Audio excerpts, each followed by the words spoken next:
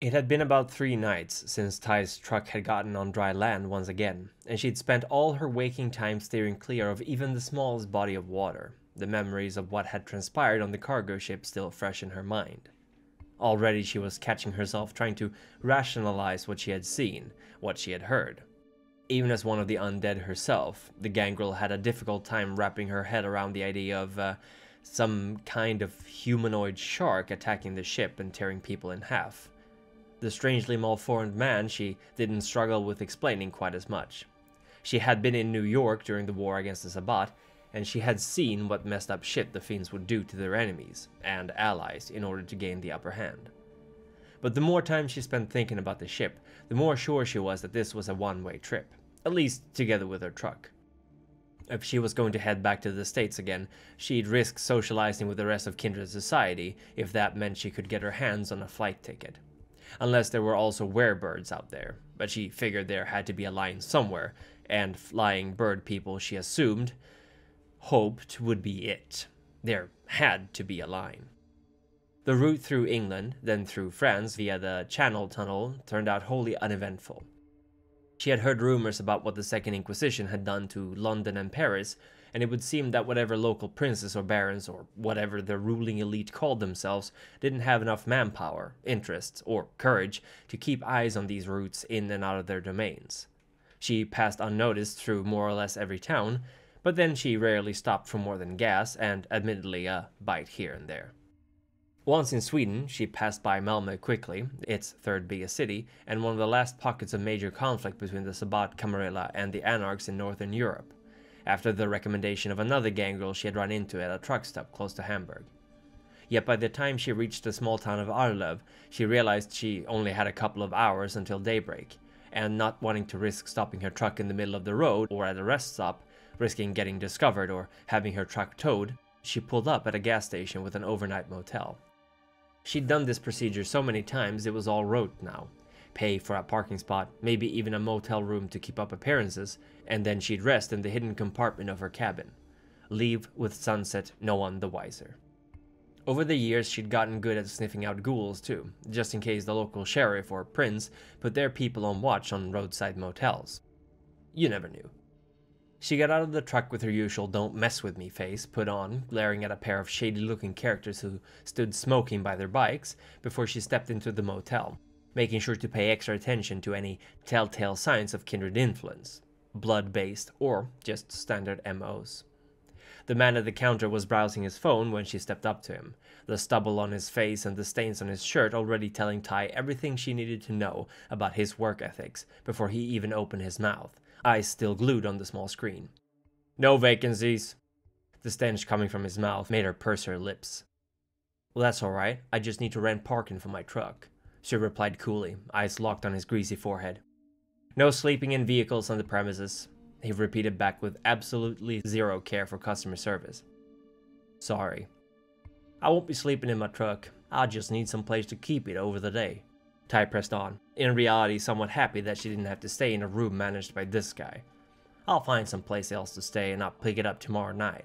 For a few seconds, the man's attention wasn't completely devoted to whatever mobile game he was playing, and instead he gave her a look before glancing out the window, spotting her truck. Realizing he had no other reason not to accept her money, he shrugged. "Alright, that's fair." He seemed almost reluctant in admitting that she could keep the truck there for the day, but he pointed to a card reader. Ty looked at it, then back to the man, and grunted, "I've got cash." The man frowned in return and held out his hand. 800 for the day, parking only." It was a steep price, but then Ty had heard Sweden was expensive. She counted out the bills from the wad of cash she'd traded with the Hamburg gangrel. Apparently Swedes didn't use the euro, which made things significantly more difficult, and handed it to his grubby fingers, and he snatched them from her as soon as they were within reach. "Standard insurance policies," he muttered, already returning to his phone. "We do not guarantee the safety of your cargo or vehicle. If you are carrying hazardous or dangerous material and we find out, you'll be fined," and so on. "Have a nice day." Ty snarled at him, and even though her fangs weren't out, it caught him off guard and he actually leaned back a little bit, clearly taken by surprise. She plucked the token from his hand and turned on her heel, deciding against flipping him off as she stepped out the door, heading back to her truck. The two thugs and their bikes were gone, and she assumed they'd done what they'd come for, so she slipped inside the truck again, put the token in the window, and then crawled inside the hidden compartment where she would rest during the day, making sure the doors were locked. As slumber began to overtake her, she wondered how long it would be until she got tired of this weird-ass Scandinavian country and decided to move on. Maybe she'd try Russia next, or somewhere south. She'd never been to Italy. Although the day passed slowly, to Tai it was as if she had just had those thoughts when she woke up once again, the cold blood in her body slowly starting to soften as her corpse-like state reverted into one that would mimic life. She realized fairly quickly that she would soon get an answer to the question she posed herself as the telltale sound of someone trying to jimmy the lock to her truck reached her ears. Perfect, she thought to herself as she slowly opened the hatch from the inside, the tinted windows hopefully hiding the slight movement. Without a sound, she situated herself behind the seat closest to the lock being worked on, shrinking herself up and getting ready to grab whatever dumb fuck had decided to work her truck over.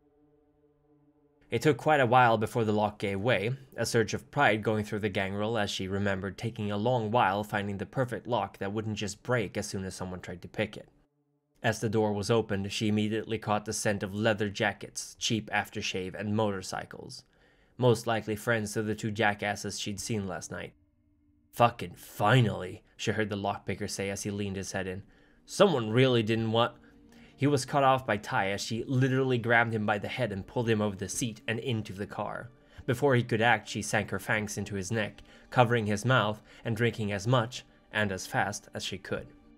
He tasted of adrenaline and cheap booze. They'd probably gotten drunk before doing this, but she resisted the light wooziness that his blood brought with it, and unceremoniously licked the wound clean before dumping the dazed carjacker in the back. All this took only mere moments, and thankfully the surprised people outside at first didn't know how to react. Then she heard the voice of a gruff man calling out, "Hey, Pete, the fuck you doing, man? You found something in the back?" Tai didn't waste any time, but instead grabbed this Pete by the jacket and dragged him out in front of her, the barely conscious man providing the perfect bullet shield should these bikers have itchy trigger fingers. Turns out they didn't. Most of them didn't even seem to be armed, and the leader, a 50-something bearded motherfucker with a gut even Santa Claus would be proud of, let out a startled curse as he spotted her. Hey, who the fuck are you?"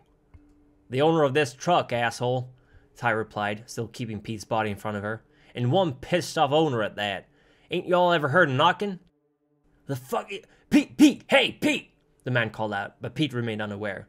"What did you do to him?" "Gave him a knock over his head, which all things considered y'all should be thankful for. Could have broken his neck instead." Another one of the bikers, a young one, suddenly let out a curse and pulled a handgun from inside his jacket. Before his boss could calm him down, he had raised it to Tai, and from that angle he could hit her without hitting Pete. To his credit, the bullet he fired did hit her, but it didn't do much more than piss her off. With a snarl, Tai dropped the semi-conscious Pete and rushed over to the younger biker at a speed that caught him off guard, and suddenly he was dangling a couple of inches off the ground, grabbed by the throat by the gangrel. "You got about 10 seconds before I tear this shit-stain's head off his shoulders," she hissed at the bikers. "Give me a reason not to. I'm having a real shit show of a night right about now." The boss was the first one to react, and he held up his hands. "Look!" It was clear that he was nervous. He'd seen the bullet enter the side of her torso and come out the other way. We don't want no trouble. We thought this truck was... Alright, we were gonna take your truck. Mistakes were made. We'll leave things alone. We'll leave you alone. I mean, just don't kill him, alright? He's a fucking dumbass, but what? But it's pretty fucking clear he knows it's out of his depth, yeah?" Tai turned to look at the kid, who stared down at her with eyes so wide you could practically see the pink around the whites. A rapidly growing dark stain on his pants revealed just how far his courage would take him. "Not good enough," she growled at the bikers. "I need to know this shit ain't gonna happen again. You're giving me an armed escort up to Stockholm, and we'll call it even." "Stockholm?" The boss man blinked. "Shit, that's... He licked his lips. "Yeah, sure, why not? We'll do it. No fucking problem. It's been years since I was there. Might as well get a change of scenery. Yeah, sure. Stockholm. No problem." Tai nodded and dropped the kid on the ground, looking over the bikers. She knew she couldn't trust them not to just abandon her as soon as daybreak came, so before that happened, she'd have to put some more fear in them. Still, the night was young, and she'd have plenty of opportunities to establish who was the alpha in this wolf pack. This video was brought to you by my patron, the antediluvian Bambi Parsons, and is a continuation of how her character Ty made her way to Stockholm for the chronicle we were playing. I hope you enjoyed it, Bambi, and thank you again for all your support.